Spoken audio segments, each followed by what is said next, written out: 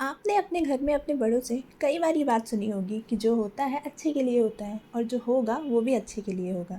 तो आइए इसी से जुड़ी एक कहानी सुनाती हूँ मैं आपकी। ये दो दोस्तों की कहानी है, निलय और गगन। दोनों बहुत अच्छे दोस्त थे, हर रोज़ मिलते थे, साथ बैठते थे और समय बिताते थे।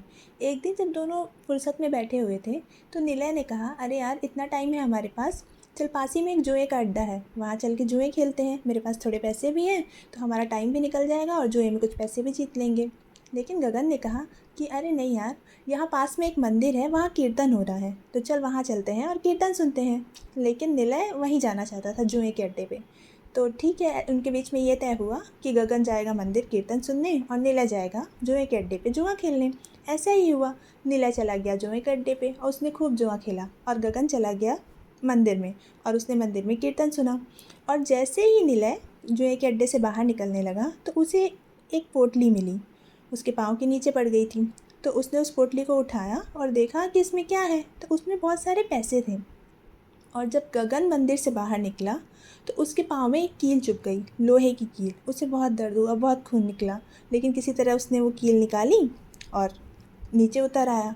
और फिर दोनों अपनी उसी जगह पे मिले जहाँ रोज़ मिलते थे, क्योंकि दोनों को साथ में ही घर वापस जाना था।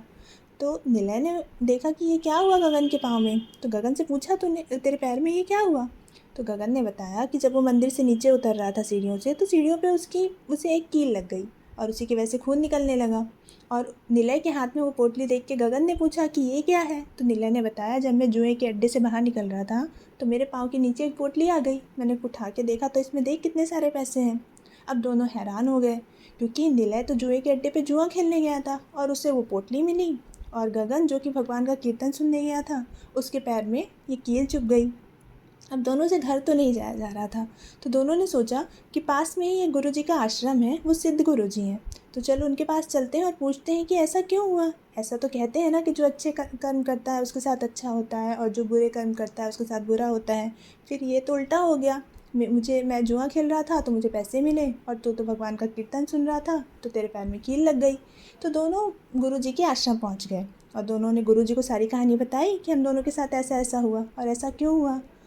तो गुरुजी ने उन दोनों को बताया कि निलय जिस वक्त जुए के अड्डे में जुआ खेल रहा था उस वक्त उसका धन योग था, लेकिन क्योंकि वो वहाँ पे जुआ खेल रहा था, शराब पी रहा था, इन लतों के कारण उसका जो धन योग है वो बहुत छोटी सी पोटली में बदल गया, जहाँ उसे बड़े धन की प्राप्ति होने वाली, अगर वो कुछ अच्छा काम करता उसमें सफल होता और उसे बहुत सारा धन मिलता, लेकिन वो धन उस पोटली में बदल गया।